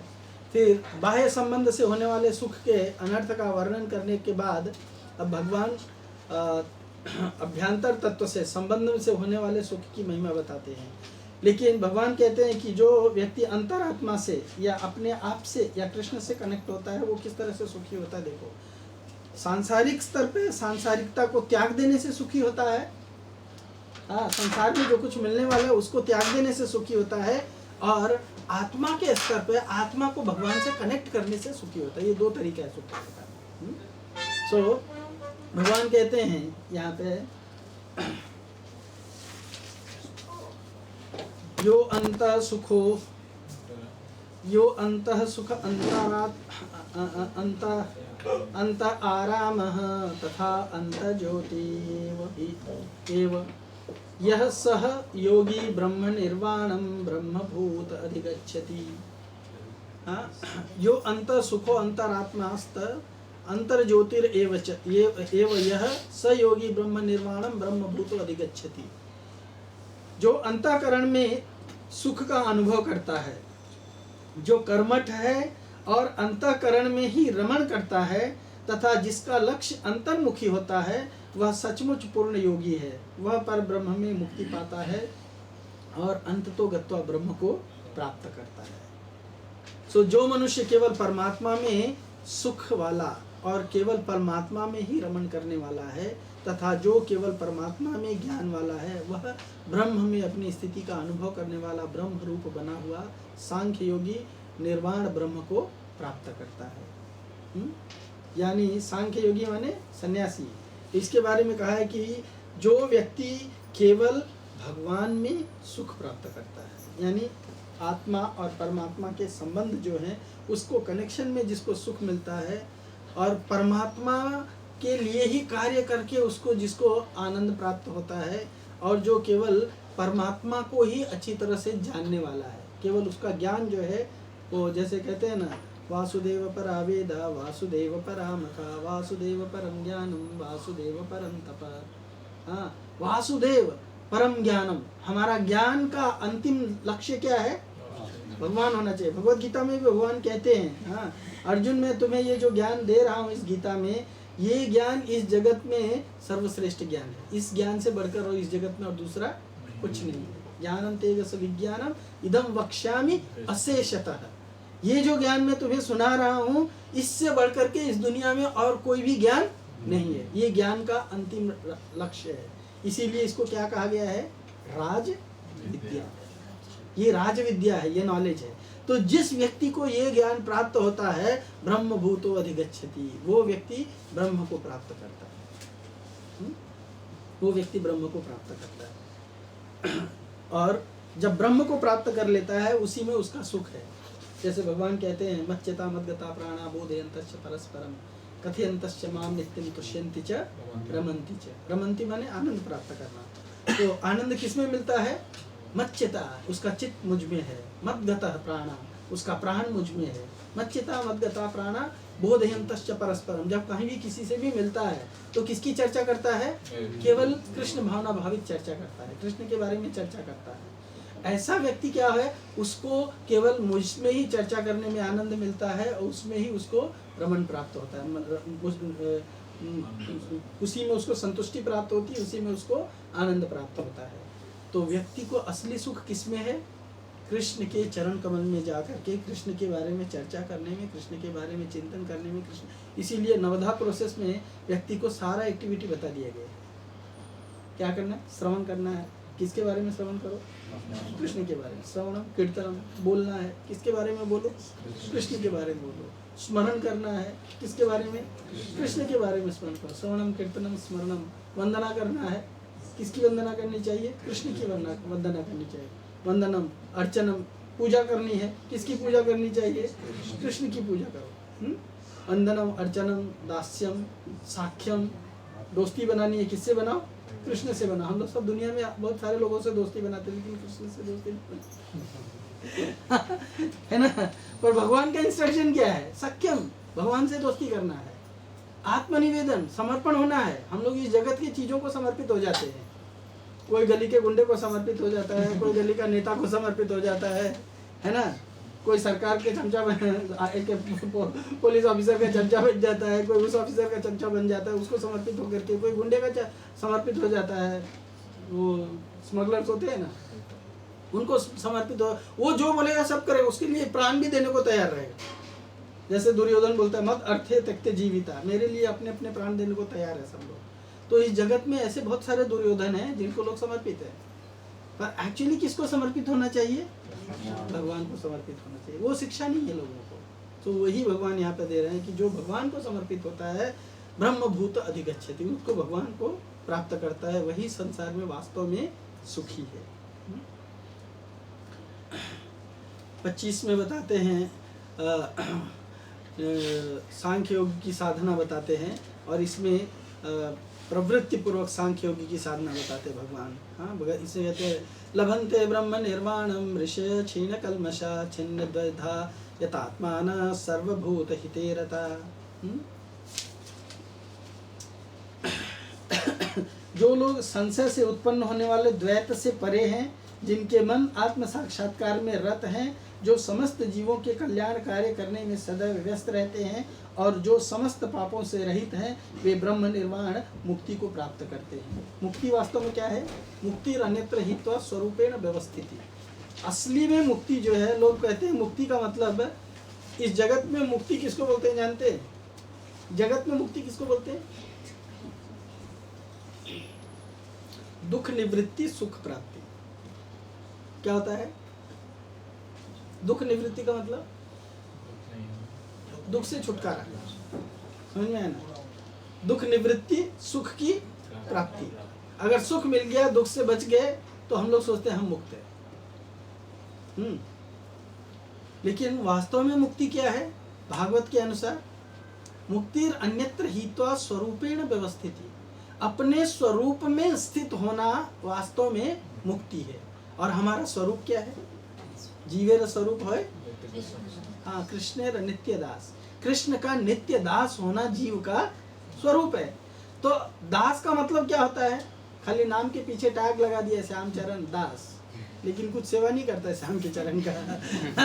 तो श्याम का चरण का दास किधर हुआ वो? है ना, है कि नहीं है? इसीलिए दास मतलब सेवक, सो जो करे सेवकाई, है ना, जो सेवा का कार्य करता है, दासता करता है। दासता मतलब एक्टिविटी करता है, कुछ दास के जैसा कार्य करता है। दास का काम क्या है? बॉस ने जो कहा सब कुछ करना, है ना, वो दास का काम है। तो बॉस कौन है? कृष्ण ही स्वामी है। एकला ईश्वर कृष्ण आरु सब भृत्य। एक ईश्वर केवल कृष्ण है, वही स्वामी है, बाकी सब लोग नौकर है। तो नौकर को क्या करना पड़ता है? नौकर क्यों कहा जाता है हमको? क्योंकि हम लोग नौकरी करते हैं, दूसरे की नौकरी बजाते हैं। जिसने ऑर्डर दिया उसका काम करते हैं, इसलिए नौकर कहलाते हैं, है ना। जो नौकर नहीं है वो किसी का ऑर्डर बजाता है? नहीं बजाता है। पर इस जगत में हर एक आदमी किसी न किसी का नौकर है। अगर कोई कहे कि मैं किसी का नौकर हूँ, तो एटलीस्ट वो अपने इंद्रियों का नौकर है। तो इस जगत में ऐसा कोई नहीं है जो नौकर नहीं है। नौकर सब लोग हैं। तो बुद्धिमानी किसमें किसका नौकर बन जाओ? कृष्ण का नौकर बन जाओ, सबसे श्रेष्ठ व्यक्ति का नौकर बन जाओ, तो नौकरी सिद्ध हो जाएगी। तो यहाँ पे भगवान वही कह रहे हैं, लभन्ते ब्रह्म निर्वाणम ऋषय क्षीण कल्मषा छिन्न द्वैधा यतात्मानः सर्वभूत हिते रता। जिसका शरीर मन बुद्धि इंद्रियों सहित वश में है, शरीर भी मन भी बुद्धि भी सब कुछ उसको अपने कंट्रोल में करके भगवान की जो संपूर्ण प्राणियों के हित में, संपूर्ण प्राणियों का हित किसमें है? भगवान का सेवा करने में। जैसे पेड़ के पत्ते को, फूल को, फल को पानी देना चाहते हैं आप, तो किसको पानी देना चाहिए? जड़ को पानी देना चाहिए। इस समस्त जगत की जड़ कौन है? अहम सर्वस्य प्रभो मत्तः सर्वम प्रवर्तते। इस जगत में सब कुछ मुझसे प्रकट हुआ है। तो जड़ से ही तो पूरा पेड़ प्रकट होता है। जड़ है तो पेड़ में पत्ता है, तना है, फूल है, फल है, सब कुछ है। अगर जड़ ही काट दिया तो क्या हो जाता है? सब सूख जाता है। कुछ भी रहेगा, फूल रहेगा, पत्ता रहेगा, डालियाँ रहेगी, कुछ नहीं रहेगा जड़ काट दिया तो। उसी तरह से कृष्ण इस जगत की कौन है? जड़ है। उनसे ही सब कुछ प्रकट हुआ है। तो सेवा अगर करनी है संपूर्ण पेड़ की तो किसकी सेवा करना चाहिए? पर यहाँ इस जगत में उल्टा शिक्षा दी जाती है। कहा जाता है फूलों को पत्ता दो, पानी दो, फलों को पानी दो। हाँ, एक एक फल को इंजेक्शन मारो पानी का, है ना। इससे भी जिंदा रहेंगे वो? नहीं, मर जाएंगे उससे भी, है ना। सिंपल तरीका क्या है? जड़ को पानी दे दो। यथातर मूल निषेचने न तृप्यन्ति तत्र भुजो उपशाखा। तो उसकी भुजाएं, उपशाखाएं, शाखाएं, सब कुछ को पानी प्राप्त हो जाएगा। ये सबसे बड़ा प्राणियों के हित में लगा रहने का कार्य है। और जब हम सब लोग मिलकर के भगवान की सेवा करेंगे तो उनकी सेवा करने से यस्य तुष्टे यस्मिन् तुष्टे जगत तुष्टे, जिसके संतुष्ट होने मात्र से संपूर्ण जगत संतुष्ट हो जाता है। जैसे द्रौपदी के केस में उन्होंने दिखाया। द्रौपदी के सामने सबसे बड़ी समस्या थी ये दुर्वासा ऋषि 60,000 लोगों को लेकर के आगे, उनको भोजन कहाँ से कराऊं? और उन्होंने कृष्ण को स्मरण किया, कृष्ण की आराधना किया, कृष्ण से कहा कि प्रभु अभी आप ही रक्षा करो, इतने सारे फूल पत्तियां हैं, इनको मैं कहाँ तक पानी पिलाऊंगा? तो भगवान ने कहा ठीक है, मुझे कुछ खिला दो। उन्होंने कहा आपको खाने के लिए भी नहीं। भगवान ने कहा तुम्हारा बर्तन तो लेके आओ, उसमें देखो कुछ होगा। एक साग का एक छोटा सा टुकड़ा मिला, भगवान खा करके उससे संतुष्ट हो गए और उससे 60,000 लोग संतुष्ट होकर के भाग गए, है ना। सब लोग संतुष्ट हो गए। किसी ने द्रौपदी को गाली नहीं दिया कि तुमने खाने के लिए बुलाया और खाना नहीं दिया। सब चले गए वापस संतुष्ट होकर के। क्यों? कृष्ण को संतुष्ट कर दिया। सो उसी तरह से कृष्ण को अगर हम सब सेवा करेंगे, यथात्मानं सर्वभूत हिते रता, तो सब व्यक्ति जो है, सभी भूतों की, जितने भी प्राणी है, सबकी सेवा ऑटोमेटिक हो जाएगी अगर हम कृष्ण की सेवा करेंगे। और कृष्ण की सेवा करने वाला व्यक्ति जो है वो चाहे इतनी भी कृष्ण की सेवा करे, उसकी सेवा जो है बहुत लंबे समय तक लोगों को याद रहती है कि हाँ, इस व्यक्ति की कृपा से, इस व्यक्ति ने जो कृष्ण की सेवा की थी, उसकी सेवा का परिणाम क्या हो रहा है। जैसे प्रभुपाद आज से 40 साल पहले इस्कॉन का, 40, 45 साल, 50 साल पहले इस्कॉन को बनाया, है ना। पर आज उसी इस्कॉन से कितने लोगों को बेनिफिट हो रहा है? कितने लोगों को बेनिफिट हो रहा है बताओ। प्रभुपाद तो इस्कॉन बना करके 40 साल 50 साल पहले यहाँ से चले गए, है ना। पर उन्होंने जो सिस्टम बना करके गए, उसका बेनिफिट किसको मिल रहा है? उससे कितने भक्त बने, हाँ। तो फिर वो एजेंसी का जो कमीशन मिलता है वो किसको मिल रहा होगा? किसको मिल रहा होगा? कमीशन किसको मिल रहा है? हाँ? क्यों? क्योंकि उन्होंने ये कार्य किया, है ना। उन्होंने ये कार्य किया। तो जो भी व्यक्ति अगर पूरे जगत का कल्याण करना चाहता है, भगवान उसके द्वारा जगत का कल्याण करवाएंगे, बशर्ते वो भगवान के प्लान में सहयोग करने के लिए तैयार हो। तो वो हमेशा सुखी रहेगा। ये साधना बताई है कि भगवान की सेवा के लिए व्यक्ति जो है किसी न किसी प्रकार से, हर प्रकार से भगवान की सेवा में लग जाना चाहिए। और जब भी सेवा का अवसर मिले तो उसको समझना चाहिए मेरे लिए बड़े भाग्य की बात है कि भगवान ने मुझे सेवा का अवसर दिया है। इस जगत में कितने करोड़ लोग हैं, सबको नहीं चुना, मेरे को ही क्यों चुना कि चलो भाई तुम ही ये सेवा कर दो, है ना। भगवान अगर सेवा करवाना चाहें तो किसी को भी पकड़ करके अपना सेवा करवा सकते हैं। तो व्यक्ति को कृतज्ञ होना चाहिए कि भगवान ने मुझे चुना है, एटलीस्ट ये सेवा का अवसर मुझे दिया है, मुझे तो इस सेवा को तुरंत कर डालना चाहिए। हाँ, क्यों? क्योंकि उसी सेवा से उससे वो भगवान को प्रसन्न कर सकता है।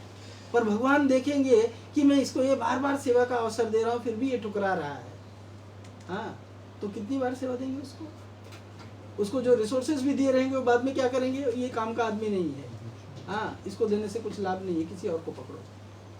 जैसे उस दिन मैंने बताया था, भगवान ने अर्जुन को ये बताया था ना आप लोग को, भगवान ने अर्जुन को कहा कि भीष्म पितामह जो है वो सबका वध कर रहे हैं, जिस तरह भी उनका बाण चला जा रहा है खेत की तरह से वो लोगों को काट डाल रहे सेनाओं को, और अगर वो इसी तरह से काटते रहे तो थोड़े ही दिन में तुम्हारी सारी सेना नष्ट हो जाएगी। इसीलिए अगर युधिष्ठिर को जिताना है और धर्म की रक्षा करनी है तो पहले भीष्म पितामह को खत्म करो, है ना।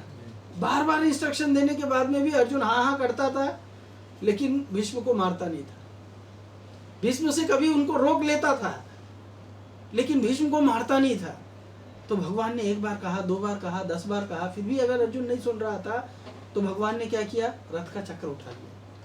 धर्म की स्थापना करने के लिए मैं आया हूं, मैंने तुमको ये धर्म का स्थापना करने का अवसर दिया है, और तुमको मैं इतनी बार बोल रहा हूं कि तुम धर्म की स्थापना करो।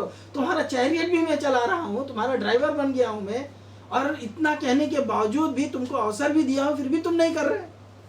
तो तुम नहीं कर रहे तो तुम क्या सोचते हो कि तुमको अवसर दिया हूं, तुम नहीं करोगे तो ये काम होगा नहीं। मैं खुद कर सकता हूँ, मैं किसी और को यूज कर सकता हूँ। मैंने भले किया है प्रतिज्ञा कि मैं हथियार नहीं उठाऊंगा, लेकिन मैं एक रथ का पहिया लेकर के भी मेरा सारा कार्य कर सकता हूँ। इसलिए उन्होंने बोला कि तुम अब नहीं मारोगे तो मैं भीष्म पितामह को मारूंगा, है ना। सेवा छीन लिया, क्या किया, अर्जुन का सेवा छीन लिया। पर जब अर्जुन को रियलाइज हुआ कि भगवान मेरा सेवा छीन ले रहे हैं, क्यों, क्योंकि मैं ना नुकर कर रहा हूँ, तो तुरंत चरण पकड़ लिया, क्षमा करो, एक बार और अवसर दे दिया। और जब भगवान ने एक बार और अवसर दे दिया तो उस समय उसने क्या किया, भीष्म पितामह को बाणों की सैया पे सुला दिया। आज तक फेमस कौन है, कौन है फेमस, बताओ। हाँ, भीष्म पितामह फेमस है। भगवान रामायण सुनने के बाद मुझे आज तक फेमस कौन है, अर्जुन फेमस है। अर्जुन ने भीष्म पितामह को मारा, अर्जुन ने द्रोणाचार्य को मारा। वास्तव में मारा किसने, हाँ, सारा युद्ध कृष्ण ने जीता, लेकिन नाम किसका हुआ, अर्जुन का। तो भगवान सामर्थ्य देंगे, शक्ति देंगे और अपना कार्य भी देंगे, पर अगर व्यक्ति कार्य नहीं करेगा, एक बार बोलेंगे, 2 बार बोलेंगे, 10 बार बोलेंगे, हो सकता है 100 बार भी बोलेंगे, पर छीन लेंगे। अगर हम नहीं करेंगे तो सब कुछ छीन लेंगे। वो इस श्लोक में बताया गया है कि भगवान जो है, जो जगत को कल्याण करने का कार्य करते हैं, तो सर्वभूत हिते रतः, ये जो कार्य व्यक्ति करता है वो सर्वभूत हिते रतः कब रह सकता है, जब वो कृष्ण की भक्ति करता है। इसीलिए प्रभुपाद संपूर्ण जगत की भलाई का कार्य किया, लेकिन कैसे, कृष्ण की भक्ति के द्वारा। संपूर्ण जगत को कृष्ण के चरण कमल का आश्रय दिलाया। संपूर्ण जगत को कृष्ण के चरण कमलों के सिवा इस जगत में किसी का कोई आश्रय नहीं है। या आहवे कृष्ण पदारविंदम, हाँ, जब महाप्रभु कृष्ण, भगवान कृष्ण महाभारत के युद्ध में, आहवे मतलब होता है युद्ध में, इस युद्ध में भगवान जो है वो वहाँ पे पर्सनली उपस्थित थे। पार्थास्त्र पूता पद्मापुरस्य। सो उस युद्ध में जो लोग भी पार्थ के, अर्जुन के बाण से छत विछत हो रहे थे, वो भगवान के चरण कमल का और भगवान के मुख कमल का दर्शन करके नर्क जाने के बजाय, उनका खुद का क्वालिफिकेशन कुछ नहीं था, अगर वो अपने योग्यता से ट्राई करते तो नर्क में ही जाते थे, है ना। क्यों, क्योंकि वो स्त्री लंपट थे, स्त्रियों का बेइज्जती किया था, अधर्म से धन लूटने की कोशिश किए थे, आतताइयों के सारे कार्य किए थे, और जो आतताइयों को समर्थन देता वो भी आतताई ही है। तो जो दुर्योधन को समर्थन दिया था वो भी सबके सब क्या थे, आतताई ही थे। उनका सबकी गति क्या होने वाली थी, नरक में जाना है। लेकिन भगवान चूंकि वहाँ पे मौजूद थे और अर्जुन बाण मार रहा था, और अर्जुन के बाण से छत विछत होकर के अर्जुन के बाण रूपी वैकुंठ विमान पर बैठ करके सबके सब वैकुंठ को जा रहे थे। इससे बड़ा भलाई का कार्य और कौन, अनक्वालिफाइड व्यक्ति को हाँ सबसे उच्च पदवी दे देगा। क्यों मिल रहा था सबसे उच्च पदवी, क्योंकि भगवान वहां पे थे, भगवान के चरण कमल में सबको ला रहे थे। उसी तरह से साधु क्या करता है, सबको भगवान के चरण कमल का आश्रय देता है, और उस आश्रय के द्वारा व्यक्ति जो है भगवान की सेवा करके और अपना भी भलाई करता है, दूसरों की भलाई करके इस जगत से मुक्त हो जाता है। 5:15 हो गया। 26 में 24वें 25वें श्लोक में भगवान ने सांख्य योग के द्वारा ब्रह्म निर्वाण को प्राप्त करने की बात बताया। अब इस आगे के श्लोक में बताते हैं कि ब्रह्म निर्वाण की प्राप्ति होने पर वो जो व्यक्ति है उसका क्या अनुभव होता है। हाँ, सो उसके अनुभव के बारे में बता रहे हैं। काम क्रोध अभियुक्ता नाम यति नाम यत चेतसाम अभीतो ब्रह्म निर्वाणम वर्तते विदितात्मनः विदितात्मनः। जो क्रोध तथा समस्त भौतिक इच्छाओं से रहित है, जो स्वरूप सिद्ध आत्म संयमी और समसिद्धि के लिए निरंतर प्रयास करते हैं, उनकी मुक्ति निकट भविष्य में सुनिश्चित है। जो भगवान को इस तरह से शरण प्राप्त करता है, जैसा भगवान ने यहाँ पे इंस्ट्रक्शन किया है, तो उस व्यक्ति को पूरी तरह से निश्चित है कि वो भगवत धाम को प्राप्त करेगा। काम क्रोध से सर्वथा रहित जीते हुए मन वाले और स्वरूप का साक्षात्कार किए हुए सांख्य योगी के लिए सब ओर से शरीर के रहते हुए अथवा शरीर के छूट जाने के बावजूद भी निर्वाण यानी ब्रह्म परिपूर्ण पद प्राप्त करेगा, ब्रह्म का पद प्राप्त करेगा। इसमें प्रभुपाद जी भागवत से एक श्लोक कोट करते हैं, यत्पाद पंकज पलास विलास भक्त्या कर्माशयं ग्रथितम् उत ग्रथयन्ति सन्तः तद्दत्र रिक्तमतयो यततोऽपि रुद्धः श्रोतो गणस्तदस्मरणात् वासुदेवम्। भक्ति पूर्वक भगवान वासुदेव की पूजा करने का प्रयास तो करो। बड़े से बड़े साधु पुरुष भी इंद्रिय के वेग को उतनी कुशलता से रोक पाने में समर्थ नहीं हो पाते जितना कि जो सकाम कर्मों की तीव्र इच्छा के समूल नष्ट करके और भगवान के चरण कमलों की सेवा करके दिव्य आनंद में लीन रहते हैं। सो भगवान के चरण कमलों की सेवा करने वाला व्यक्ति जो है बड़ा हाईएस्ट पोजीशन प्राप्त करता है, उसका यहाँ पे बात बताया है। तो उसका अनुभव क्या होता है? उसका अनुभव होता है अभी तो ब्रह्म निर्वाणम वर्तते विदितात्मना वर्तते। उसका आचरण जो है वो शरीर छूटने पे या शरीर के नहीं छूटने पर भी जो कृष्ण भक्ति में लग गया है, उसके लिए भगवान ने गारंटी सर्टिफिकेट दे दिया है, न मे भक्ता प्रणश्यति कौन्तेय प्रतिजानीहि क्षिप्रं भवति धर्मात्मा शश्वं शांति निगच्छति कौन्तेय प्रतिजानीहि न मे भक्ता प्रणश्यति। जो कृष्ण की भक्ति के मार्ग पे आ गया है, उस व्यक्ति का कभी भी विनाश नहीं है। तो अभी व्यक्ति को समझना चाहिए कि वो व्यक्ति कौन है, आत्मा है या शरीर है। हाँ, आत्मा का विनाश नहीं है। आत्मा का विनाश किसमें है? हाँ, मनुष्य शरीर प्राप्त करके पुनः निम्न योनि का शरीर प्राप्त करना, यह आत्मा का दुर्गति है। क्या कहते हैं इसको? विनाश माने दुर्गति ना। हाँ, तो अभी मनुष्य योनि जो है सभी योनियों से क्या है? श्रेष्ठ है। मनुष्य योनि प्राप्त करके पुनः कुत्ता बनना, बिल्ली बनना, चूहा, बकरी, भेड़ बनना, ये क्या है? ये आत्मा का विनाश है। समझ में आया? तो भगवान का भक्ति के मार्ग में जो आ गया है, उसको भगवान ये अवसर कभी नहीं आने देते।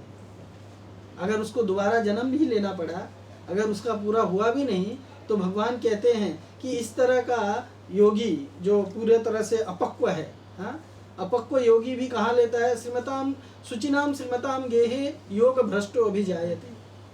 वो या तो किसी वैष्णव के घर में जन्म लेगा, नहीं तो किसी श्रीमंत के घर में जन्म लेगा, मनुष्य के रूप में जन्म लेगा, और जहाँ से जन्म लिया है वहीं से वो भक्ति करना आरंभ कर देगा। अभी देखो कितने सारे बच्चे हैं, वो गर्भ में ही रहते हैं, तभी से उनको प्रसाद खाने को मिलता है ना।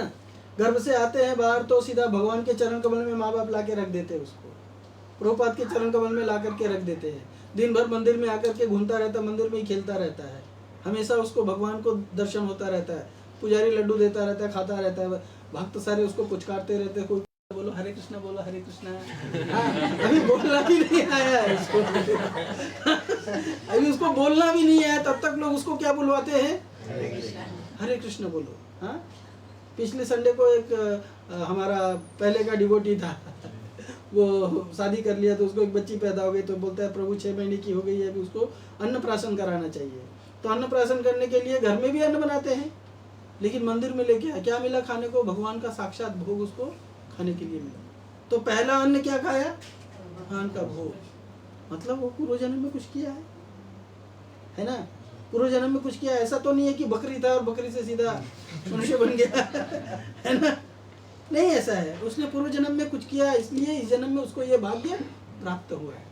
तो भगवान कहते हैं कि इस मार्ग में जो आ गया ना, यह अभिक्रम नाशो अस्ति, इस अभिक्रम में, इस मार्ग में कोई कष्ट नाश नहीं है। हाँ, तो योग भ्रष्ट जो होता है वो भी मनुष्य शरीर प्राप्त करता है, लेकिन जो भगवान के भक्ति के मार्ग में नहीं है, वो अपने कर्म के कारण कभी उच्च कुल में, कभी नीच कुल में, कभी मनुष्य में, कभी जानवर में, कभी कीड़े मकोड़े, कभी कीट पतंग, इस तरह से जन्म लेकर के 84 लाख योनियां बार बार भ्रमण करता रहता है।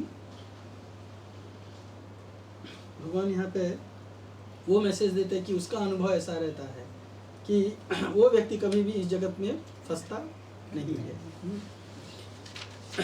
27 और 28 में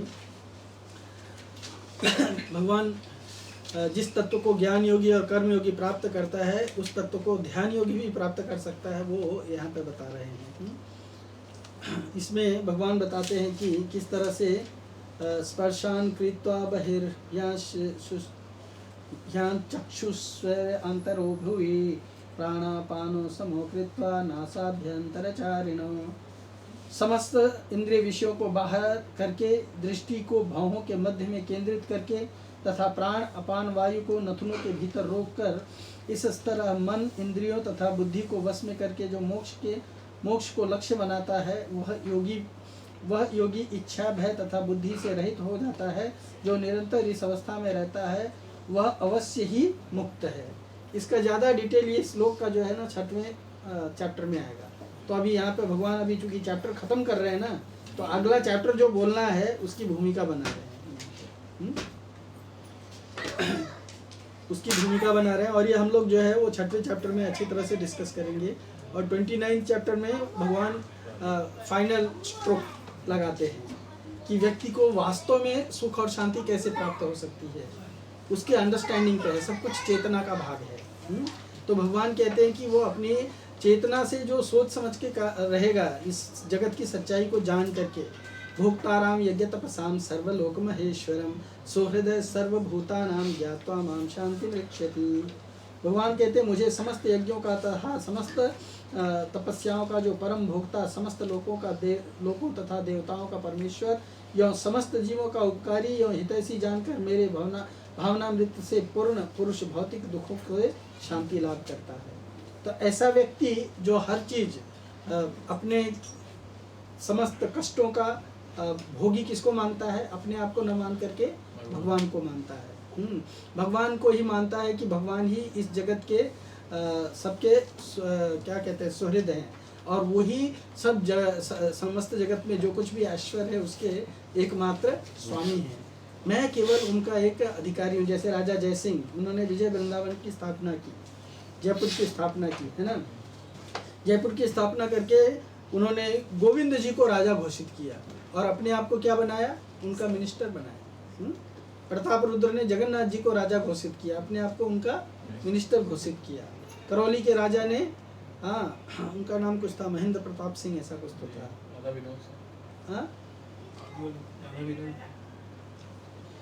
कुछ तो कपिल समथिंग ऐसा कुछ तो नाम है, मुझे नाम याद था, भूल गया। तो विनोद समथिंग है, कपिल विनोद ऐसा समथिंग है कुछ तो उन्होंने मदन मोहन जी को करौली का राजा घोषित किया और अपने आप को उनका मिनिस्टर बनाया। तो पहले राजाओं में ऐसी प्रचलन थे। इसका मीनिंग है कि वो ये जानते थे कि सब सिचुएशन किसका है? भगवान का है। राजा जो मुझे बनाया गया है वो भगवान की कृपा से बना है। भगवान किसी और को भी राजा बना सकते थे, मुझे ही क्यों राजा बनाया? तो अगर मैं ये राजा का पोजीशन लेकर के और मैं भगवान को न मान करके अपने आप को यहाँ का भोक्ता मानूंगा तो मेरा लाइफ कितना है? उसके बाद में फिर से कॉमन मैन, है ना। जैसे हमारे देश के एक प्रधानमंत्री थे, वो कहते हैं कि वो तो एक देश के प्रधानमंत्री थे, नेक्स्ट लाइफ में वो स्विट्जरलैंड में कुत्ता बन गए। एक जीवन में देश के प्रधानमंत्री, नेक्स्ट जीवन में कुत्ता बन गए। तो ये गति है या प्रगति है? दुर्गति है या प्रगति है? तो हम क्या करना चाहिए?